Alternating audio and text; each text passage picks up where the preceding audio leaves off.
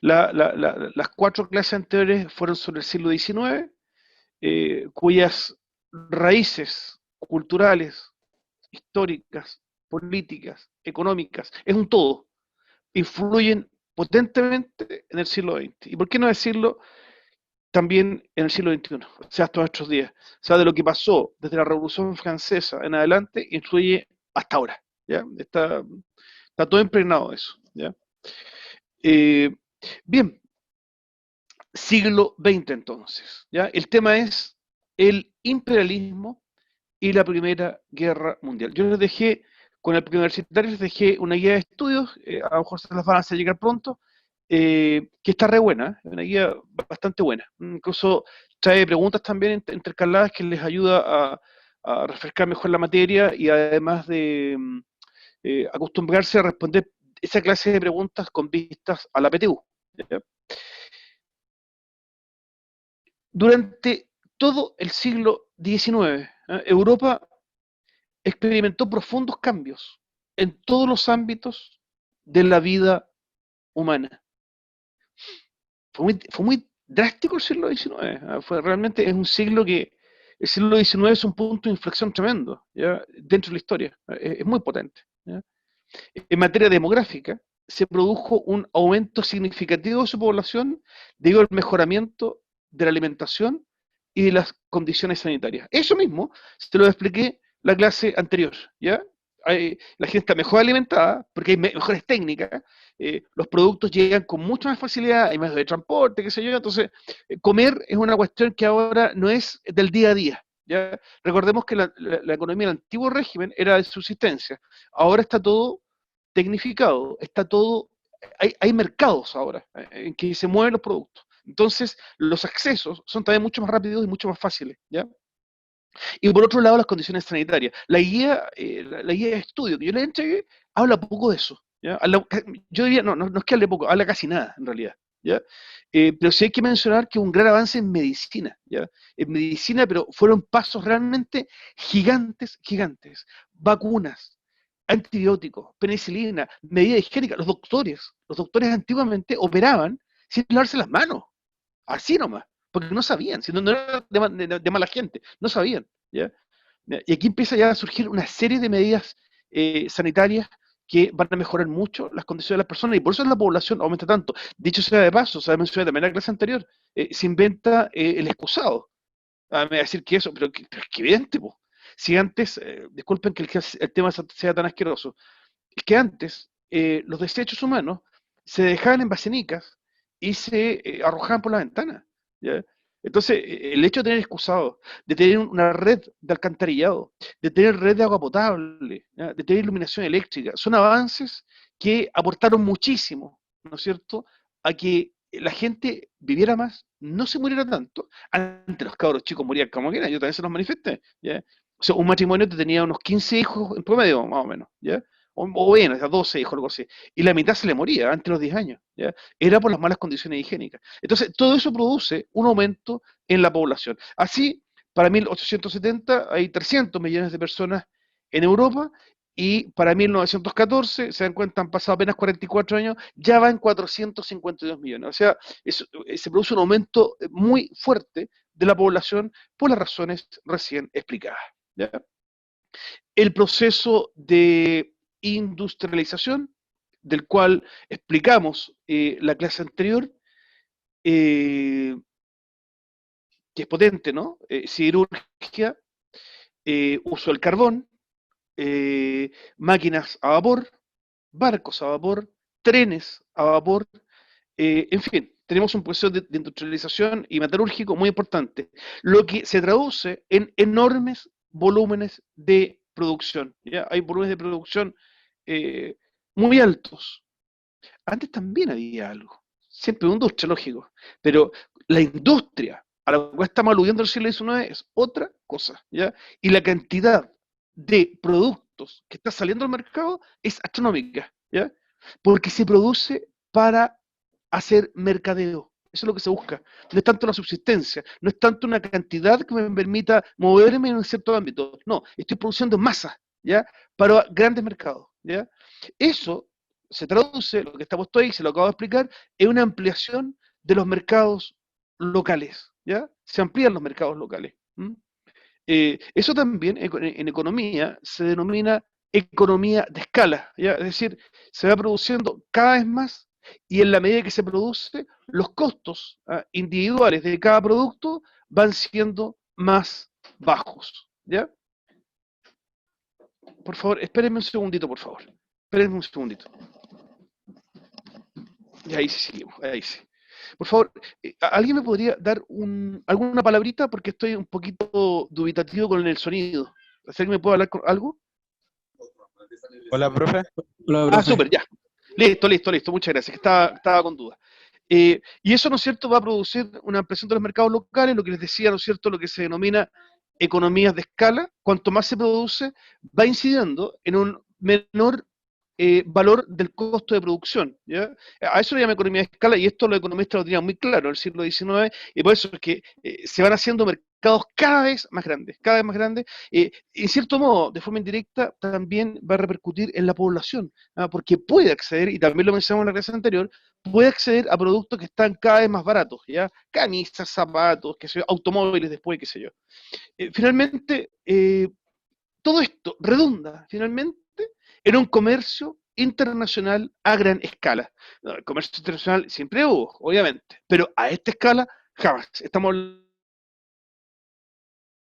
hablando de varias toneladas de carbón o de productos, de maquinaria, de automóviles, qué sé yo, de un continente a otro, ¿ya? Es decir, comienza, ¿no es cierto?, el comercio internacional a un volumen nunca antes visto. Otro tema, con lo cual estamos iniciando esta parte del siglo XX, la formación de los estados nacionales, lo cual quedó obviamente completado en el siglo XIX, pero acá se va fortaleciendo mucho más. En ese sentido, Chile, así como Estados Unidos, fue como más pionero, ¿verdad? Porque Chile era nación, con bandera, con escudo, toda la cuestión mucho antes que a muchos países de Europa, ¿ya? En ese sentido como que se adelantó. Y muchos países de América en general, Argentina, Brasil, qué sé yo.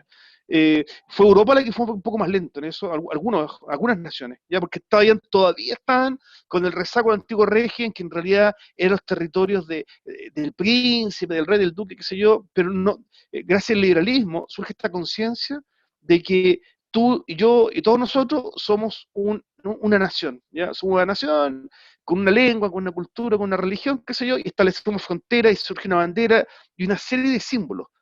Hay muchos, cuando yo era chico usaba más los símbolos nacionales, ¿eh? Aparte de la bandera y el escudo, también estaba el pajarito de la nación, el mamífero de la nación, la flor típica de la nación, en fin, eso era muy típico cuando yo era chico, ahora parece que se perdió bastante, pero antes se daba bastante ese tipo de cosas.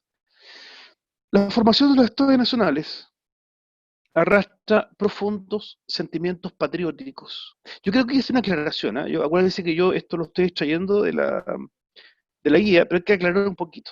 No es lo mismo el patriotismo que el nacionalismo. Ojo con eso. Parece que yo lo dije antes, ¿ya? Yo ahora, la otra semana para el 18, si es que pasamos fase 2, que estamos dependiendo de eso, seguramente voy a poner la bandera de Chile, voy a hacer un asado, y vamos a poner cueca y comer empanadas que supuestamente son nuestras y la cuestión. Todo eso responde a un sentimiento patriótico, ¿ya? Ojo, que no es confundir con un sentimiento nacionalista, ¿ya? El nacionalismo es una cosa más potente y conduce a la odiosidad, ojo. El nacionalista tiende a odiar al que es de otro país, ¿ya? Y eso es otro concepto, ¿ya? Yo, si es una cuestión personal, por si acaso, esto es muy personal, pero yo no soy nacionalista, no, para nada, para nada. Patriótico Profe, sí, que es otra cosa, dígame. ¿se podría decir que tienen cierta tendencia a la xenofobia? Claro, indudable, sin duda, claro, de todas maneras. Va muy ligado, oye, muy ligado, va muy ligado, claro. Entonces igual Sí, tendría sentido lo del anarquismo. ¿en qué sentido? Eh, Tendría como igual, estaría ligado al nacionalismo. 100%, claro. Ahora te entendí la pregunta, 100%, claro, claro. El anarquismo rechaza de plano el nacionalismo, sin duda. Claro. Pero es que es bueno que me hagas la acotación, porque no hay que confundir nacionalismo con patriotismo, ¿ya? Entonces, claro, el anarquista está en contra del nacionalismo, ¿ya? Y las razones que tiene son súper buenas. pero no el patriotismo. Entonces, tampoco uno se puede al extremo, ¿no? No, yo, por ejemplo, no soy nacionalista, sin duda, pero no por eso no voy a amar a mi patria, ¿ya? A mi pueblo. Es algo parecido al amor al cariño que uno le tiene por la familia, al cariño que uno le tiene al barrio, al cariño que uno le tiene a la ciudad, aunque sea el pueblo más pequeño y más pichiruche que hay, no sé, por el sur de Chile. Pero si yo nací ahí, tengo cariño. Y quiero, ¿pero por qué, digamos? Y eso le ha pasado a cualquier habitante del mundo. Porque se crea un arraigo. Está el tema cultural, están las raíces, ¿ah? que me dio ese lugar, ¿ya? Y eso es lo que genera el sentimiento patriótico, que también se puede aplicar a un pueblo, también se puede aplicar a una región, a una zona, qué sé yo, ¿ya? Pero eso es distinto al nacionalismo, es distinto, ¿ya? El nacionalismo no necesariamente, pero tiende a comportar una cierta idea de odio, ¿ya? Hacia el otro, y lo que dijo su compañero, puede perfectamente entremezclarse con ideas racistas, ¿no? De considerar que el otro es menos, o que un invasor, o que qué sé yo. Empezamos con todas esas ideas de esa naturaleza. Yo me acuerdo años atrás, gente de este corte, ¿no? Me acuerdo unas fondas que había allá en el parque intercomunal, allá arriba, había un señor de raza oscura, ¿no? De raza negra, que se vistió de guaso. Y todo el día gente que pasaba lo insultaba. Entonces, o sea, qué gatilla una reacción así. Es un, eso no es patriotismo, eso es un nacionalismo odioso. ¿Ya? No, es que es extranjero, ¿por qué se viste guaso? Bueno, ¿qué importa, digamos? ¿Qué importa si no pasa nada? Digo, a lo mejor le cae más pelota que uno, po. Sí, porque habría que entrar a ver qué es el patriotismo. A lo mejor le cae más pelota que uno, a lo mejor trabaja más que uno y tiene más preocupación por el bien común de nuestro país que nosotros mismos. Entonces, habría que entrar bien eso. Profe, A ver, sigo adelante, dígame por favor, sí. capaz esa persona hace más por Chile que todas las personas que lo insultaron. Pero por supuesto, pues. Pero evidente, pues. Pero claro que sí. Y conozco mucha gente así yo. Conozco mucha gente y son más Demuestra más preocupados. O unión. sea, demuestra más unión y de repente puede demostrar más amor por la patria. ¿Ya? Pero si no es de acá. Pero es que no tiene que ver con eso. No tiene que ver con eso. Por eso es que yo quise en esta parte distinguir el patriota del nacionalista. ¿Ya? Son cosas distintas. Perdón, sigo adelante, para no atrasarme. Dice, necesidad de aumentar el poder sobre los demás países. Aquí es donde se mete la idea nacionalista. Aquí. Lo primero, dése una cuenta de una cosa. La primera idea que dice profundo sentimiento patriótico, eso tiene un arraigo del pueblo, en la gente. ¿Ya? Ese punto. ¿Ya? El segundo, necesidad de aumentar el poder sobre los más países, esa es la idea más de los políticos, ¿ya? De los que gobiernan, ¿ya? Que aducen lo otro, que es nuestra bandera, que es nuestra patria, que es la cuestión, y hagamos unos payasitos y nos agarramos un territorio del lado, porque y aducen eso, ¿ya? Y es ese tema lo que empieza a generar esta clase de odiosidades, ¿ya? Estos cambios tan auspiciosos mostraron algunos inconvenientes. Sí, por favor, dígame. Una consulta. Sí, Para sí. esto del patriotismo, ¿sirve como ejemplo la película El Patriota o algo así? ¿O no tiene nada que ver igual?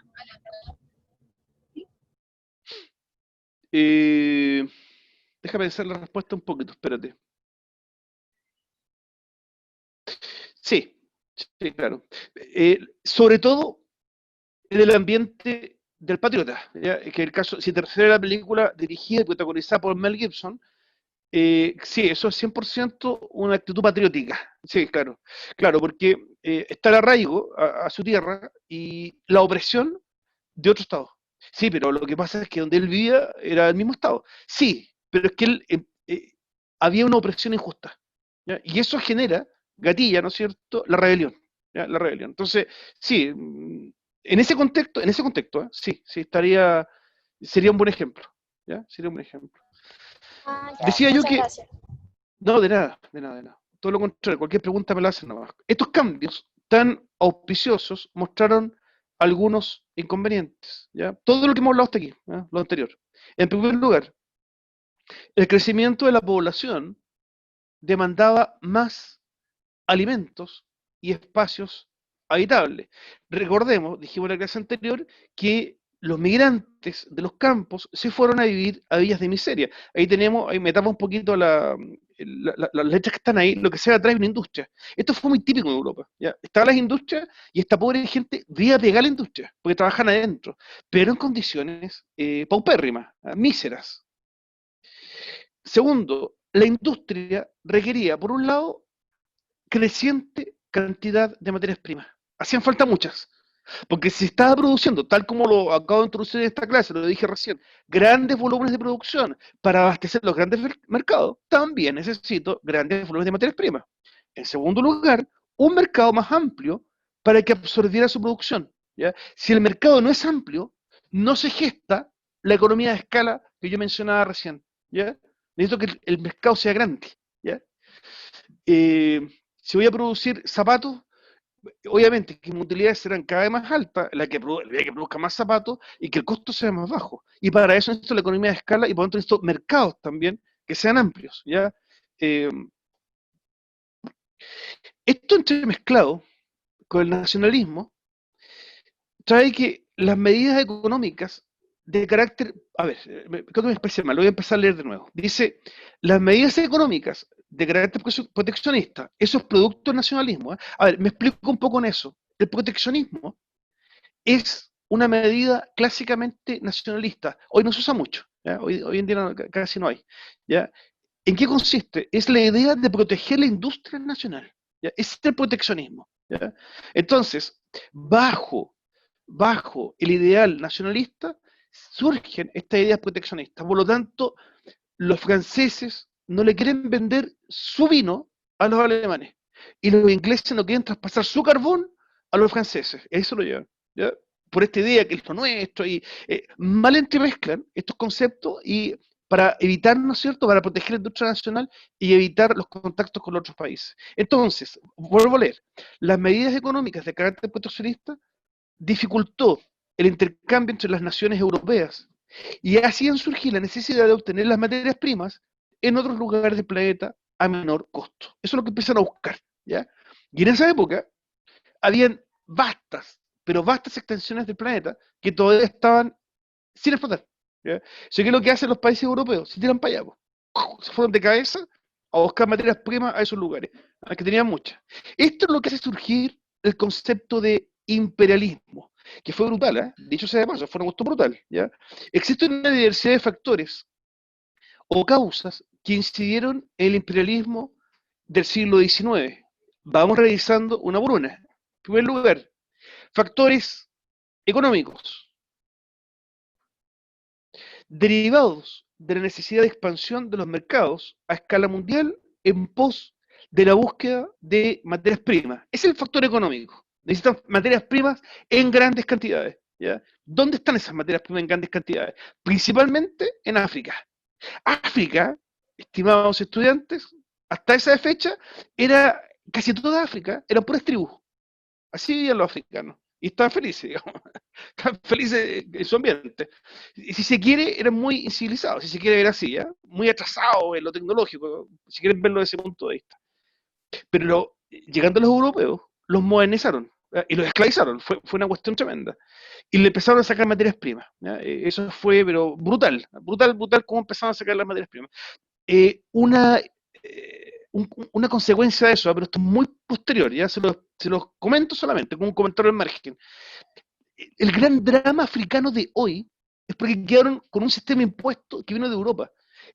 África trata de administrarse con un sistema artificial, tratan de tener estados, no sé si me entienden. Uganda, Tanzania, el Congo, tratan de tener estados al modo como lo tenemos nosotros, pero no les resulta, ese es el problema, porque es un tema cultural. A los africanos no les resulta tener estado. O sea, un presidente de la república, con ministro y un alcalde, esa cuestión no era, sí, ellos estaban para vivir como tribus, ¿ya? No de esta manera. Y por eso es que el problema más hondo que tiene África hoy es la inestabilidad política, ¿ya? Es tremendamente alta. Ya, ese era como un comentario anexo, ¿ya? Segundo factor, factores culturales, ¿ya? El eurocentrismo sustentado en la superioridad del europeo debido al desarrollo industrial y científico. Dicho de una manera más ordinaria y vulgar, los europeos consideran que la llevan, digamos, es un tema xenofóbico, es un tema racial, se consideran superiores a los africanos, ¿ya? Por eso es que hacen y deshacen con sus tierras. Es así de simple. Creo que el cuadro que les puse de fondo es bastante revelador, ¿ya? Con la potencia. Factor, es el factor demográfico. Hay una explosión demográfica, que fue con lo cual empezamos la clase y les explicaba yo recién, con el consiguiente aumento de la demanda, ¿ya? Hay demanda por productos, qué sé yo, hay mucha gente.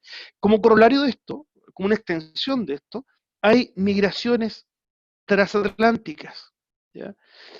Son los europeos que empiezan también, esto es como un factor anexo, perdón, no es un factor, es una consecuencia anexa. Los europeos comienzan a migrar hacia, básicamente, Estados Unidos, ¿ya? Potentemente. Salían barcos llenos de migrantes europeos hacia Estados Unidos. ¿Por qué Estados Unidos? Porque Estados Unidos tenía un desarrollo económico explosivo, Estados Unidos es un país libre, las libertades individuales que hay en Estados Unidos son mucho mayores que las que hay en Europa, ¿ya? Hay democracia, hay libertad de expresión, qué sé yo, y también libertad religiosa, ¿ya? O sea, el que quisiera tener su religión la puede tener, ¿ya? Por ejemplo, en Inglaterra no se podía. En Inglaterra o eres anglicano, ¿ya? Pero las otras religiones, como el presbiterismo o el puritanismo, no lo podían practicar en sus países. Por eso es que muchos también emigraron a Estados Unidos por eso, ¿ya? Esta escena es típica. Ahí tenemos a 3 migrantes, parece que fuera dos padres y un hijo, al parecer, no se cacha muy bien, o 2 abuelos, no sé, algo así, y de fondo la Estatua de la Libertad, el símbolo de la libertad. Esta escena fue clásica porque los barcos entraban por la bahía de Hudson, creo que se llama, no me acuerdo bien, entraba, o bahía de Nueva York, perdón, estoy un poquito confundido, y se encontraba con esta pequeña isla que antecede a la ciudad de Nueva York con la Estatua de la Libertad. Ellos avanzaban un poco más detrás de la isla y por el río Hudson, entre Nueva York y Nueva Jersey, hay una pequeña isla también, y ahí estaba la oficina donde los reclutaban. Ahí se inscribían y podían recién ingresar al país. Esto pasó durante muchos años y fueron no uno o dos, sino fueron millones los que fueron entrando a Estados Unidos, y destaco bastante esto porque es el gran factor que determina el inmenso desarrollo que logra Estados Unidos, ¿ya? Pone muchos factores, pero sin duda que los migrantes es lo que hizo grande Estados Unidos, ¿ya? Los migrantes, porque llegaron con todo el esfuerzo de cambiar su vida. Muchas veces les regalaban terreno hacia el oeste, hacían loteos, claro, que se los quitaban los pobres indios, ¿no? Hacían loteos y se los entregaban a familias que venían de Europa, ¿ya? Y eso fue lo que permitió ir desarrollando y expandiendo el país. Se los comento también para no ser también tan quisquillosos con nuestros hermanos de otros países, venezolanos, haitianos, que hay gente que tiene una serie de ideas, que vienen a robar trabajo. Mire, yo lo veo súper positivo. Yo creo que tal como estos migrantes hicieron grande Estados Unidos, los que están llegando acá también pueden traer un gran aporte a nuestro país, un gran aporte, ¿ya? ¿Qué más? Causas de orden político, ¿ya? Y aquí está casi de perogrullo, ¿no? Lo que le había dicho antes, el auge del nacionalismo, ¿ya?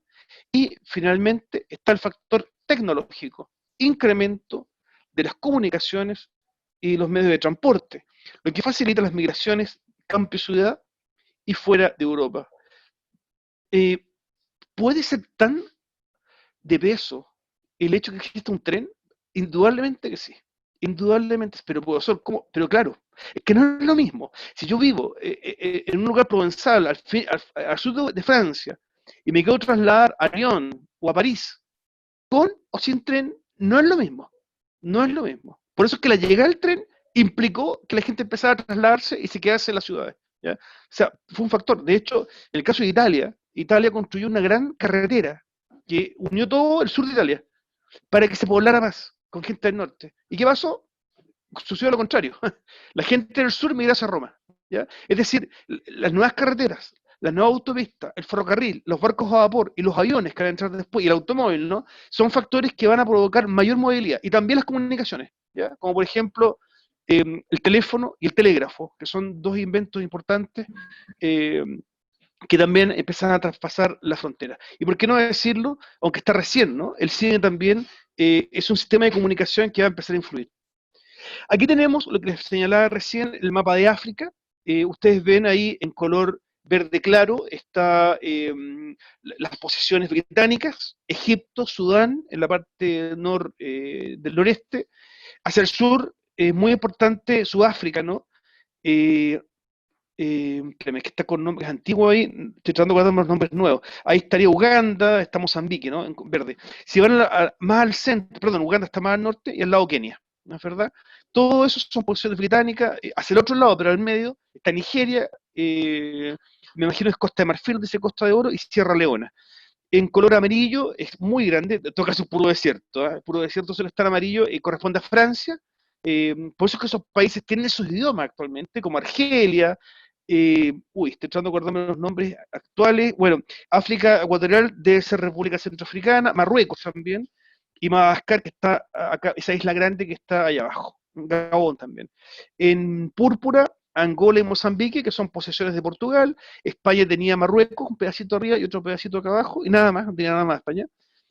Alemania tiene Camerún, y África del Sudoeste, que eso me parece que actualmente es el Congo.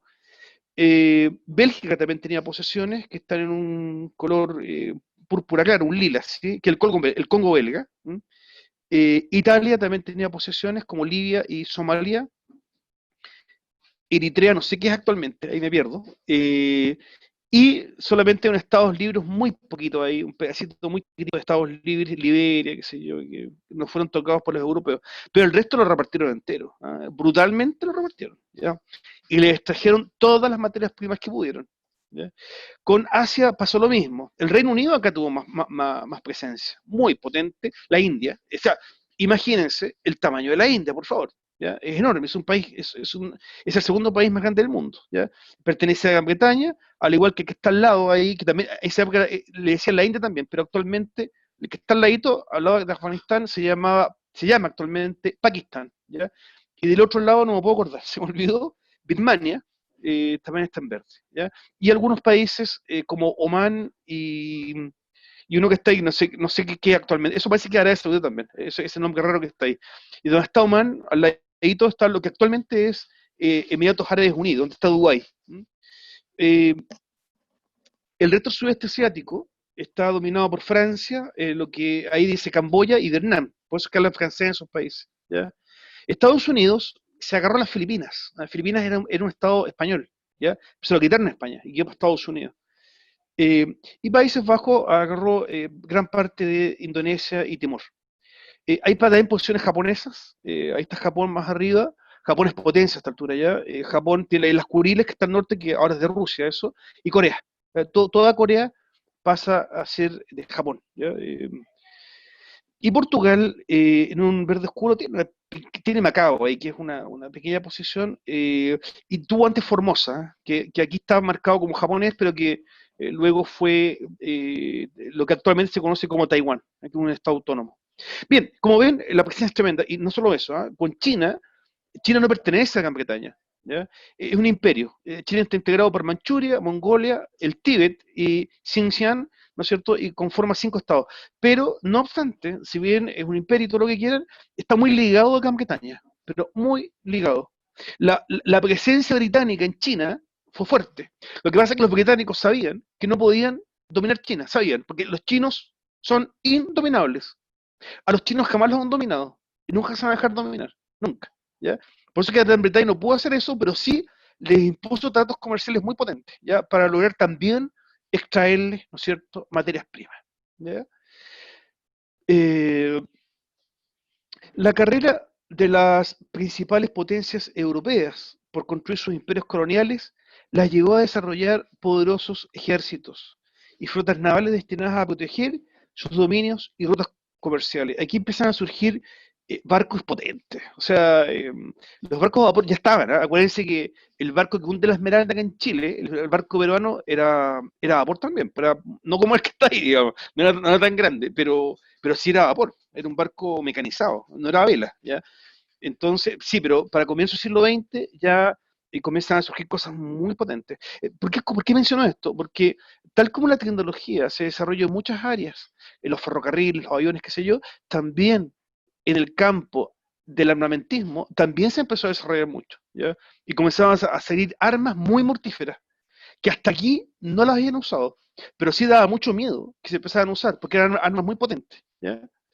Este enorme desarrollo de la tecnología militar fue uno de los antecedentes de la Primera Guerra Mundial.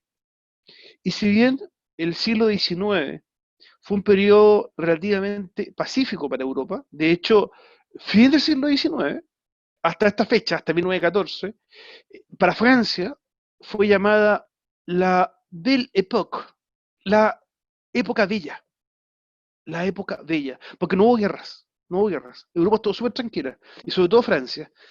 Esos cuadros clásicos de París, con un niño vestido de marinero, dándole vuelta a un aro, no sé por qué hacían eso, qué sé yo, o un hombre manejando estas bicicletas con la rueda grande, las mujeres con sombrero con flores, con un canastito colgando en el brazo, esta paz envidiable que tienen los franceses, es lo que se denominó la Bella Época, y que antecedió el desastre, ¿ya? Insisto, fue fines del siglo XIX, comienzo del siglo XX, ¿ya?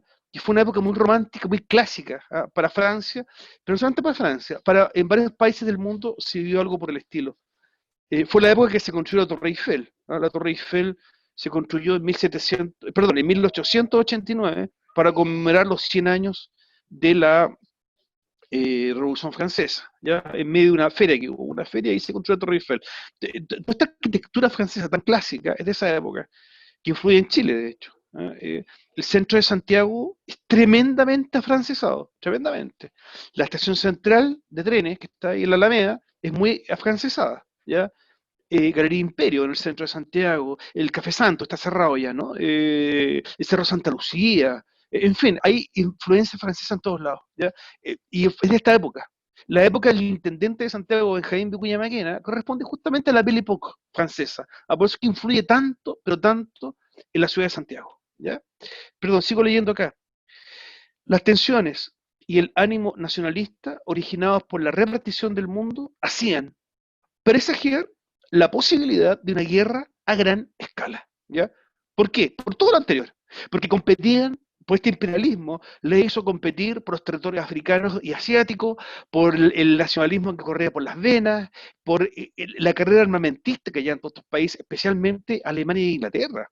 Estaban muy armados, o sea, el presupuesto que dieron estos países, ustedes lo pueden ver en la guía, no lo puse acá en la TVT, pero en la guía lo pueden ver, los presupuestos que asignaron para construir armas fue astronómico, especialmente Alemania, construyó demasiadas armas. ¿Mm? Las naciones, acá está el cuadro, perdón, bueno, también le hay más cuadros por si acaso, que no los puse todos. Las naciones desarrollaron alianzas y bloques con el objeto de defender sus intereses y protegerse de las naciones rivales, en lo que se llamó la paz armada, ¿ya? O también, como quieran, también la Belle Époque, la bella época, pero también tuvo este nombre, la paz armada, ¿ya? Porque había mucha paz en Europa y en todo el mundo casi, pero, con una carrera armamentista tremenda. Por favor, vean el gráfico de Alemania. Alemania, si ustedes sacan la cuenta, está más que triplicando la inversión en armas, ¿ya? El gasto en armas, eso no es inversión, eso es gasto en armas, ¿ya? Le sigue Rusia, qué sé yo, después está Inglaterra, después Francia y Austria-Hungría. Pero Alemania es impresionante, ¿ah? Lo que metió, ¿no es cierto?, hacia el año 1914. Y se crean dos grandes pactos. La denominada Triple Alianza, que involucró a Alemania, el Imperio Austrohúngaro, y a Italia, ¿ya? El Imperio Alemán, el Imperio Austrohúngaro e Italia, también denominadas potencias centrales, ¿ya? Esa es la Triple Alianza. En contraposición a esta surgió la Triple Entente, que la integraba Francia, Rusia e Inglaterra, ¿ya? Estos tres países, también denominados los aliados. Inglaterra, yo creo que no fue muy correcto que haya puesto Inglaterra, yo creo que más bien Gran Bretaña. De hecho, la bandera que está al medio ahí, que acabo de explicar, es la de Gran Bretaña. Ya le expliqué la clase anterior la diferencia entre Inglaterra y Gran Bretaña. Es más correcto decir Gran Bretaña, ¿ya? Bien, la Triple Entente entonces y la Triple Alianza. Estos dos pactos comenzaron a revolver las tripitas a mucha gente en Europa. Empezó el miedo.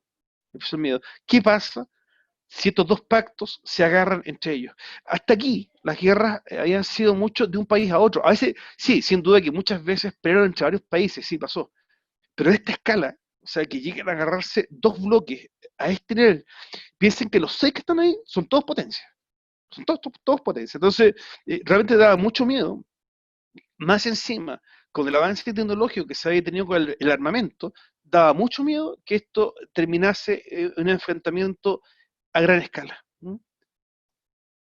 Europa era un polvorín a punto de explotar. Al medio tenemos los estados centrales, o también llamada la Triple Alianza: Alemania, Austria-Hungría e Italia, ¿ya? Y por los costados, más al norte, ¿no es cierto?, está Gran Bretaña, Francia, un poquito más al sur, y del otro lado está este gran país, este reino que es Rusia, ¿ya? Y ahí tenemos los dos bloques. Los seis son potencias, ¿ya? Están muy bien armados, ¿ya? Y esta cuestión, tal como dice ahí, es un polvorín. Esto está a punto de explotar, ¿ya? ¿Por dónde explota esto? ¿Cuál fue la mecha? ¿Dónde pusieron el fósforo? En los volcanes, ¿ya? Es una zona muy complicada, hasta el día de hoy, ¿ya? Una zona realmente difícil. Hay conflictos acá que la gente no entiende, y lo que pasa es que tienen raíces muy largas.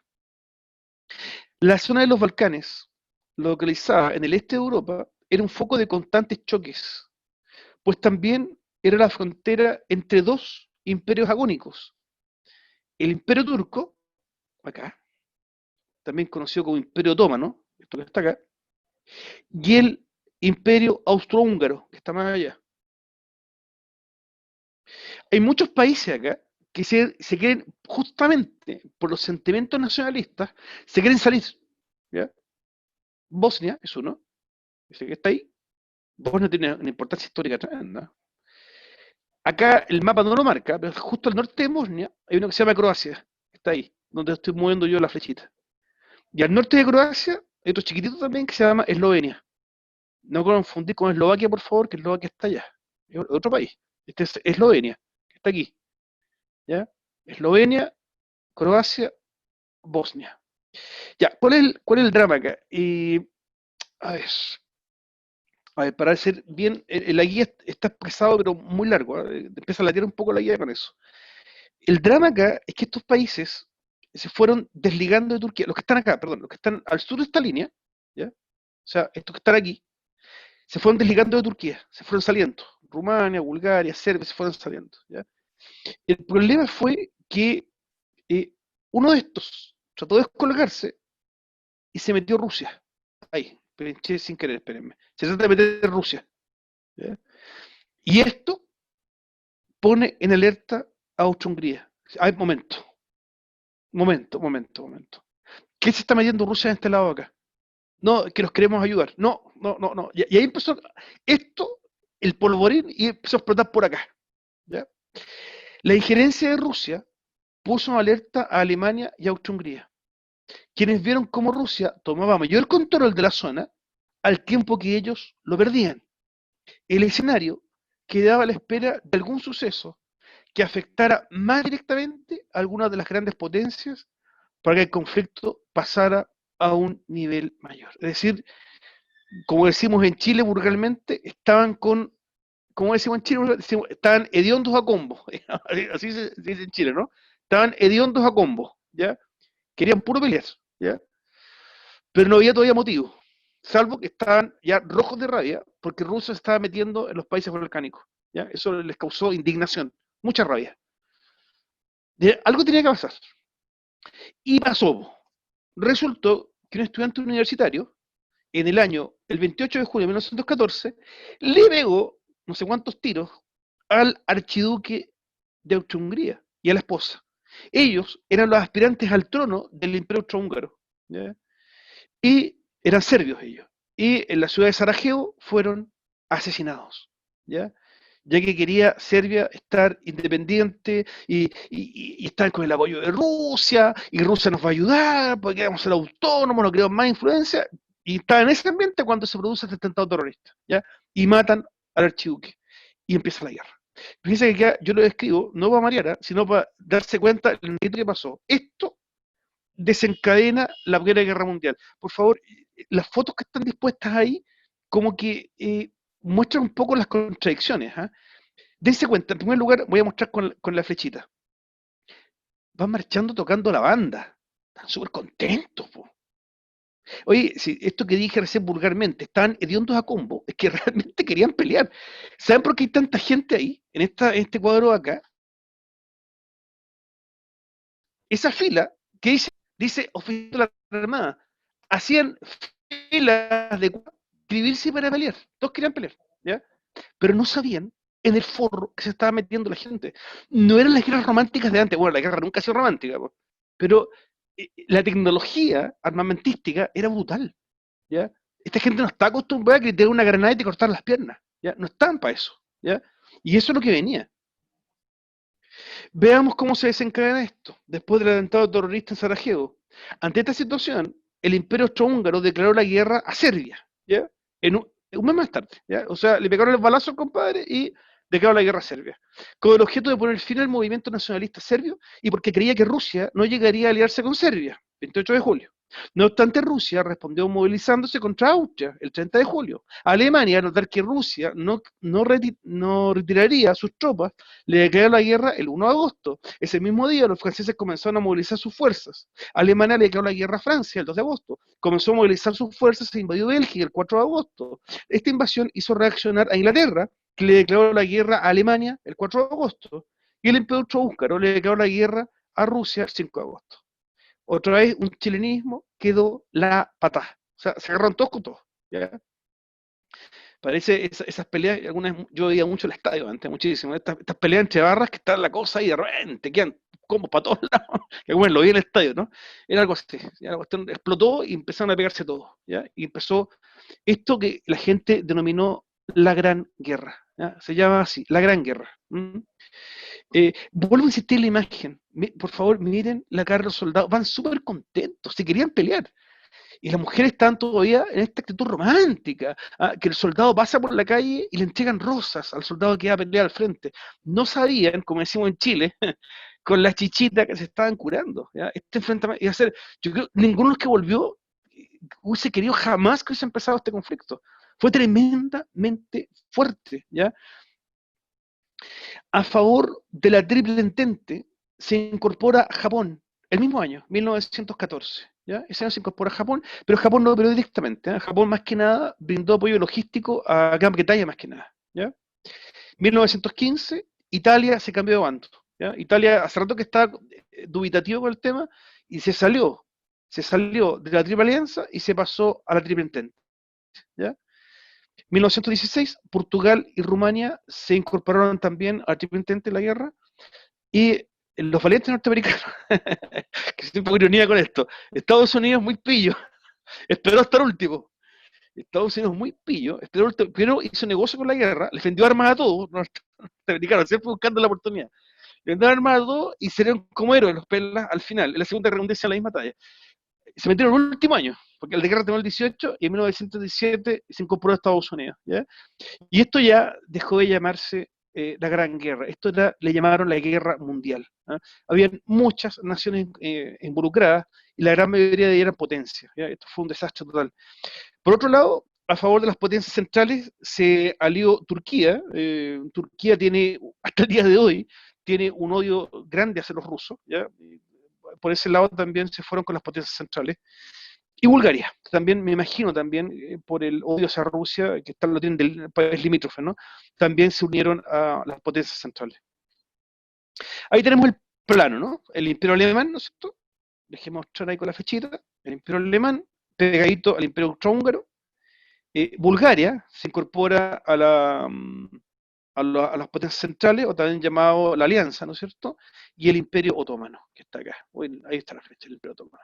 Y del otro lado, acá están los clásicos, Francia, Reino Unido y el Imperio Ruso, a lo que se incorpora Italia, que se cambió de bando, ¿ya? Por si acaso, dicho sea de paso, en la Segunda Guerra Italia hace la misma broma, también se cambió de lado. ¿ya? Italia se cambió de lado y se fue con la Triple Entente, se incorpora Portugal. Estas zonas africanas porque hay imperialismo, es por eso que se incorporan también a la guerra, ¿ya? Rumania, Profe, Serbia, qué sé yo. Dígame, por favor. un aumento de reclutas puede ser que se haya debido a la forma en que les vendieron la guerra o el nacionalismo. Mira, buena pregunta, no te sabría responder con mucha precisión, ¿no? Yo creo un poco las dos cosas. Yo creo que el nacionalismo está influenciando mucho. Aparte que, piensa tú que las guerras anteriores, y lo acabo de decir, nunca una guerra va a ser romántica, pero anteriormente eran como más, a ver cómo te explicaba, los gallos marchaban con un tambor, y iban con el fusil y la bayoneta, y empezaron a disparar, y están, preparen, disparaban a un lado y caían del otro lado. Las balas eran penquitas, eran unos balines redonditos chicos. Si te dan un brazo, quedabas herido, volvías, ¿no es cierto?, como héroe, con un cabestrillo, qué sé yo, te esperaba tu mamá, esposa o tu novia, lo que fuera, te daba una flor y otra cosa. Pero ahora no. ¿Ya? Yo creo que los gallos iban con esa idea. ¿Ya? Y el nacionalismo y la cuestión, que estaba muy incrustado. Pero cuando realmente se fueron a la guerra, como la tecnología era otra, los masacraron. Fue una masacre total esta cuestión. La Gran Guerra se caracterizó por su magnitud y extensión. Todos los bandos pensaban en una guerra corta y decisiva, pero la realidad fue otra. No solo abarcó 4 largos años, sino que se extendió más allá de las fronteras europeas. Ahí tenemos africanos, ¿no es cierto?, con uniformes, ¿no? Lo hacían pelear también a los gallos. Las colonias que tienen estos países, metieron gente ahí también, los pusieron a pelear. Dentro de África hubo zonas de combate, pero súper importantes, muy importantes, dentro de África, ¿ya? Eh, Se trató de la primera guerra masiva y mecanizada de la historia. Por primera vez, miles de soldados se vieron enfrentados a armas y tácticas de combate de una capacidad destructiva nunca antes vista ni imaginada. ¿Ya? Yo les recomiendo mucho la película, es muy antigua esta película, porque yo la vi cuando chico y era vieja ya, pues imagínense. Es una película muy antigua. Se llama Sin Novedad en el Frente. ¿Ya? Se llama así. Véanla, no sé si está en YouTube, no la he buscado ahora último. ¿Ya? Sin Novedad en el Frente. Sin Novedad en el Frente es una de las películas más crudas, ¿ya? Y que te muestra la realidad de lo que fue la Gran Guerra o Primera Guerra Mundial. Te lo va a mostrar cómo fue con todo su dramatismo. Piensen que se ha inventado recién la granada, se había inventado el mortero, los aviones te ametrallaban de arriba, eso no existía antes, po, ¿ya? Los aviones pasaban y ametrallaban a los soldados. Pero lo más complicado fue la guerra de gases, ¿ya? Se lanzaban gases, básicamente gas mostaza y gas cloro, que no me acuerdo el nombre, gas cloro, algo así, ahí le muestro después la PPT, ¿ya? Y esto, aspirar estos gases te quemaba por dentro y te asfixiaba, ¿ya? La muerte por gas era tremenda y se aplicó mucho eso, mucho. Lo otro es que los gallos pasaban tiempos muy largos en las trincheras, ¿ya? No es que no creen que los que están en la foto ahí, que se metían en la trinchera, no sé, unas 12 horas, ¿no? Hubo batallas que duraron hasta 7 meses. 7 meses metidos con lluvia. ¿Ustedes han escuchado alguna vez lo que se llama el mal de trinchera? El mal de trinchera es que se te pudren los pies, ¿ya? Si tú tienes los pies permanentemente húmedos, ¿ya? Bueno, aparte que pueden salir hongos, ¿no? Que va por ahí. ¿Ya? Salen unos hongos muy destructivos que te comen la piel. Y los gallos después sacaban las botas y se les salía con piel y todo. Después con cara le quedan los huesos, se les podría todo eso. ¿Ya? Ese es el mal de trinchera. Y eso pasó mucho. Se llama así porque surgió en las trincheras de la Primera Guerra Mundial. Estaban en condiciones pero infrahumanas, metidos en esos hoyos, peleando. Un balazo para allá, un balazo para acá, y así meses y meses. 70 millones de hombres fueron movilizados, de los cuales entre 9 y 10 millones perdieron la vida. La guerra penetró todos los ámbitos de la sociedad. La gran munición de tropas obligó a recurrir a la población civil, pero digamos, en proporciones, en la guía que les entregué, pueden verlo, ahí están la cantidad de civiles que metieron, varones que metieron a pelear la guerra, digamos, hasta 10 veces más de repente de la cantidad de soldados, ¿ya? Entonces ahí habían, no sé, habían contadores, habían obreros, habían ingenieros, había de todo, ¿ya? Gente de la casa, digamos, tú que irse a pelear la guerra y apenas saben cómo manejar un fusil, ¿ya? Entonces, fue algo muy, muy terrible. Segundo, desarrollar la industria a gran escala para abastecer las tropas, a fabricar municiones y pertrechos de guerra, ya empezaron a fabricar pero enormes cantidades. Aquí provoca también un cambio social, porque como los hombres tenían que estar peleando, las industrias las manejaban las mujeres. ¿Ya? Hay mujeres que empezaron, aquí no tanto, pero la Segunda Guerra fue mucho más. ¿Ya? Las mujeres tuvieron que irse a la industria a fabricar, a trabajar con hierro. Po. Las mujeres ahí en polera manejando hierro, porque hay que hacer bombas, hay que hacer cañones, hay que hacer todo, y los hombres estaban en los frentes de batalla. Así eso también fue provocando un cambio social. Tercero, los estados comenzaron a intervenir en la actividad económica y a planificar la producción y distribución de recursos. ¿Qué importancia tiene eso? Recordemos que estamos en el auge del capitalismo y a lo mejor el capitalismo, y qué pasa que se vio que el Estado tenía que empezar a tomar un rol. ¿Ya? Un rol porque hay que ordenar, porque hay que planificar cuánto producimos. Resulta que necesitamos ahora hacer carne enlatada en gran cantidad porque darse a los soldados que están en la guerra, den para la gente, que va a empezar a pasar hambre. Empezaron a surgir, de hecho, es la época que surgió la mantequilla de maní, que acá ahora en Chile se consume, antes no había cuando era chico. La mantequilla de maní surgió por todo esto, ¿ya? Que es muy calórica y muy nutritiva. Entonces, se empezó a mantequilla, la inventaron para la guerra, de hecho, la mantequilla de maní. ¿Ya? Entonces, el Estado comenzó a asumir este rol muy protagónico, ¿ya? En planificar y distribuir recursos. Tenemos como tres etapas en la Gran Guerra, ¿no? La guerra de movimiento, que fue el desplazamiento de tropas, ¿no? A los distintos frentes de batalla que había en 1914. Entre 1914 y 1917 se produce la amarga y tediosa guerra de trincheras, ¿ya? Vivían prácticamente estos pobres hombres metidos en esos hoyos, ¿ya? Peleando. Y finalmente termina la guerra ya con la guerra de movimientos, que son los movimientos nuevamente, ya una vez que se superó esto, ya fueron los remates y ya, bueno, que de hecho entraron los valientes norteamericanos y les salvaron el pellejo a los europeos, digámoslo, ¿ya? Pero también hay que decir que Estados Unidos, pero hasta el último, ¿ya? Hizo todo el negocio que pudo, entró al último y salieron como los grandes héroes, ¿ya? Como los grandes héroes. La guerra de trincheras fue larga y feroz y se ubicó principalmente en el frente occidental, ¿eh? Enfrentamiento cara a cara, ataques aéreos y uso de gases, gas clorado, que le mencionaba, y también el gas mostaza, también se lo usó. Eh, eh, es poco lo que se puede decir de la barbarie. Yo creo que es la primera vez que el mundo conoció una batalla tan grande. No obstante, hubo dos guerras antes, que fueron menos complicaditas. Una, la guerra ruso-japonesa de 1905. También fue de mucho dramatismo, ¿ya? Fue como un preámbulo. Pero un preámbulo mucho antes, que fue la guerra civil de Estados Unidos. ¿Ya? Pero fue mucho antes, fue muchas décadas antes. La guerra civil de Estados Unidos sucedió, no me acuerdo bien el año, fue entre 1863 parece y 1866, por ahí. Fueron 3 años de guerra.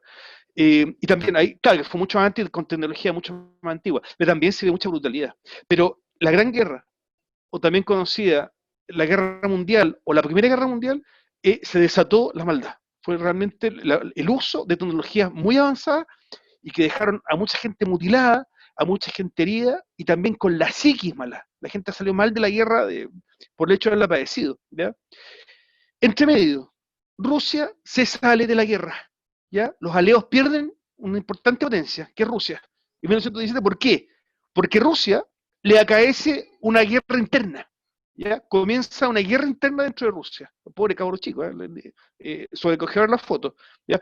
Rusia, aparte de estar en guerra con Alemania, para más rematar, se produce un conflicto interno, ¿ya? Las derrotas alemanas y la sublevación popular obligaron al Kaiser Guillermo a renunciar al trono en 1918. Y con eso se acaba la monarquía en Alemania. Se acabó la monarquía, ¿ya? Inmediatamente después fue proclamado el inicio de la República. Y luego se firmó el armisticio. Alemania finalmente termina la monarquía, comienza la República, se elige un presidente de la República y un primer ministro también, y seguidamente se firma el armisticio, ¿eh? Alemania salió muy mal herida de la guerra, ¿ya? Muy mal herida, quedó con el país devastado, la verdad. Consecuencias de la guerra. Primero, se crea la Sociedad de Naciones, pero pierde peso, ya que Estados Unidos no la integra debido a que el Parlamento norteamericano promovía una política aislacionista, ¿ya? Estados Unidos no quería estar en contacto con otros países, ¿ya? El Parlamento más que nada, no quiso el Parlamento. Por eso es que la Liga de Naciones no prospera mucho. La Liga de Naciones es el antecedente de lo que hoy en día se conoce como Naciones Unidas, ¿ya? Fue la primera etapa, digamos, la Liga de las Naciones, ¿ya? Segunda, desaparecen los grandes imperios. Como imperios me refiero. El imperio alemán se acaba, ahora es una república y otra cosa. Austria-Hungría se parte en dos, ¿ya? Y salen dos países, ¿ya? Austria y Hungría y se acaba también el imperio. No hay más monarquía y se acaba todo eso. Rusia, en cuanto a imperio, también se debilita. Rusia tenía un montón de estados satélites en cuanto a imperio, un montón, una cantidad enorme, ¿ya? Entonces lo pierden, ¿ya? Y quedan solos. Y Turquía, el antiguo Imperio Otomano, que fue tan importante, también se acaba. Esa es la razón de por qué en Chile le llamamos a los árabes, a los libaneses, a los palestinos y a los sirios. Acá en Chile les decimos los turcos, ¿ya? Cualquier persona de ese país, o de esa ascendencia, a lo mejor alguno de ustedes lo puede ser, le dicen turcos, ¿ya? Acá en San Bernardo, ahí por ejemplo, ahí en la esquina de Aizaguirre con San José, venden pollos, ¿no? Le dicen las turcas, ¿no? Los pollos turcas.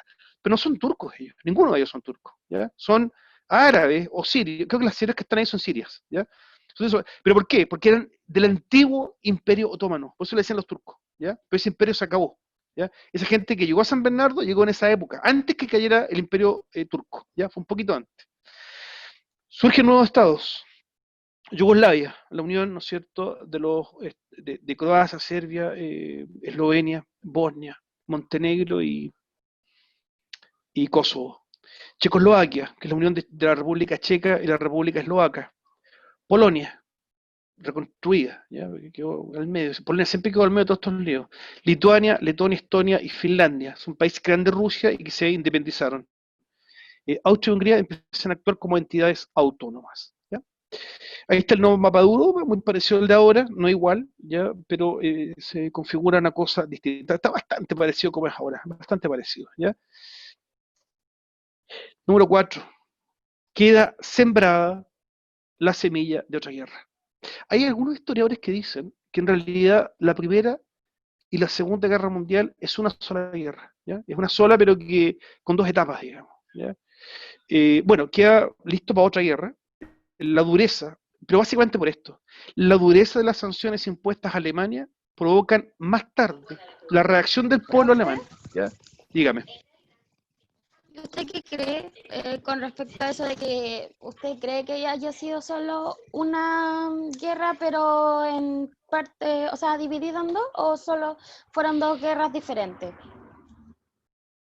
Mm. Tengo mis dudas, tengo mis dudas. Si fuera una sola, claro, sería una sola guerra, gran guerra de 30 años, ¿ah? En mi opinión, la separaría en dos. Por la sencilla razón que hay un periodo que se llama periodo entre guerras, que tuvo otras particularidades y otros frentes de batalla, como la Revolución Rusa, la Guerra Civil Española y otros conflictos, otras situaciones, no, y no solamente unos conflictos, hubo otras situaciones distintas, ya entre medio. Por ejemplo, la Gran Depresión Norteamericana, que fue, pero muy importante. Entonces, yo creo que el punto de vista de la historiografía, es decir, de la descripción de la historia, convendría separarla en dos, ¿ya? Para poder tener más claro el panorama y dejar entre medio un periodo entre guerra que es muy importante. Hay al menos 10 acontecimientos que conviene destacar, ¿ya? Esta Gracias, dureza, profe. ¿cómo no? Muchas gracias. No, gracias a usted, gracias a usted. Esta dureza en las imposiciones hizo que el pueblo alemán se resintiera, ¿ya? Los alemanes, que es un país muy grande, estaban dolidos. ¿Por qué? Porque el Tratado de Versalles, ¿ya?, les dejó imposiciones muy grandes, ¿ya? De hecho, le hicieron pagar multas, ¿ya?, por el conflicto que habían provocado ellos, ¿ya? Le hicieron pagar multas y, y Alemania estaba, para la década del 30, están muertos de hambre, pero muertos de hambre. Y más encima tienen que pagar las multas a Francia, a los otros países, ¿ya? Entonces estaban choreados. En ese ambiente surgió alguien. ¿Qué puede ser ese niño? A ver. Hitler. Muy bien, muy bien. Ahí está de niño, lo voy a ver ahora cuando está de joven. Ahí está de joven. Él era un cabo del ejército y vio todo esto.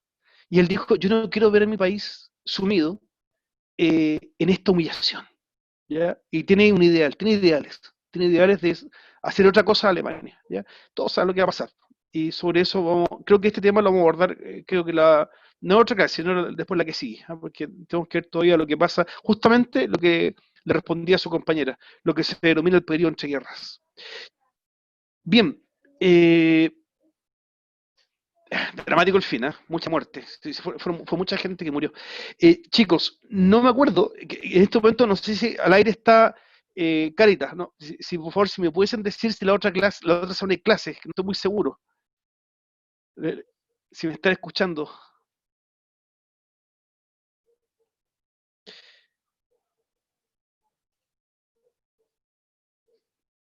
Marcos o Víctor, no sé quién está en este momento al aire, si me pudiera confirmar si la otra semana hay clases.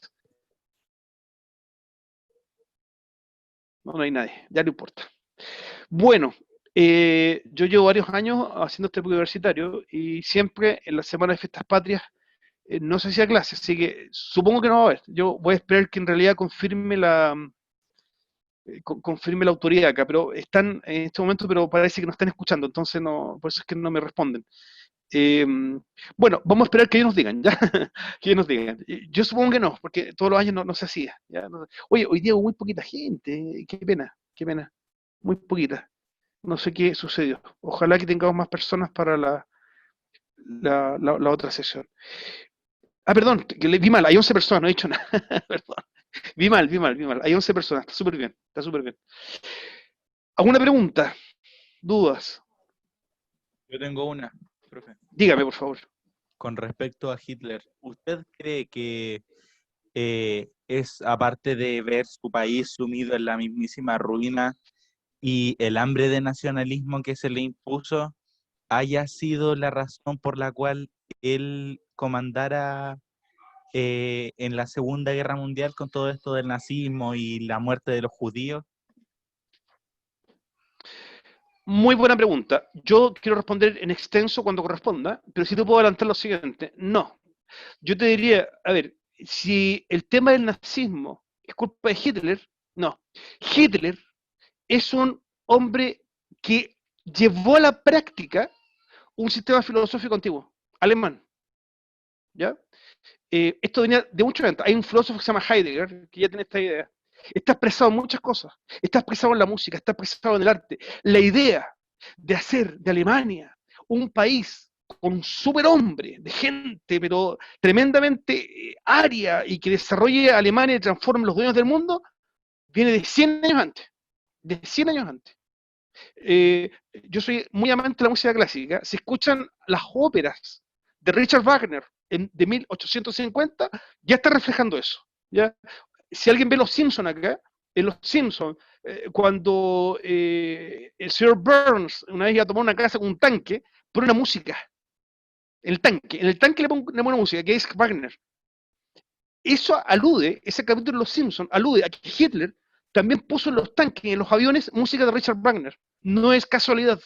Richard Wagner, el anillo de Nibelungo, se llama esa ópera, y las Valquirias, se llama esa ópera, está reflejando eso. Alemania grande, Alemania se impone. Hay que destruir el resto de las razas para imponer la nuestra. ¿Ya? Esa idea no es de Hitler exclusivamente, él la lleva a la práctica. ¿Ya? Eso es un desarrollo filosófico muy profundo, muy antiguo. Por eso el tema me hiela hasta los huesos a mí, me da miedo, porque esto puede resurgir. Es que Hitler era un loco. Mira, no sé, yo creo que es un loco, ya, pongámosle que sí, pero las ideas son muy antiguas, eso está muy bien fundamentada, ¿ya? Está muy plasmada en el libro Mi lucha, My Camp. Hablamos de eso cuando corresponda, después si tengo que enganchar con otra clase. Disculpa que les tengo que ya interrumpir, ¿ya? Por favor, cualquier duda que les quede, se les responde a la otra clase, ¿ya? Es que acuérdense, tengo que transmitir online para otra institución en este minuto. ¿Te respondí bien, sí? Sí, profe, gracias. Ya, qué bueno, ya, qué bueno. Nos veremos. Nos veremos. Chao, Adiós, profe. chao. Muchas gracias, profe. Gracias a ti, Gracias, profe. gracias a ti.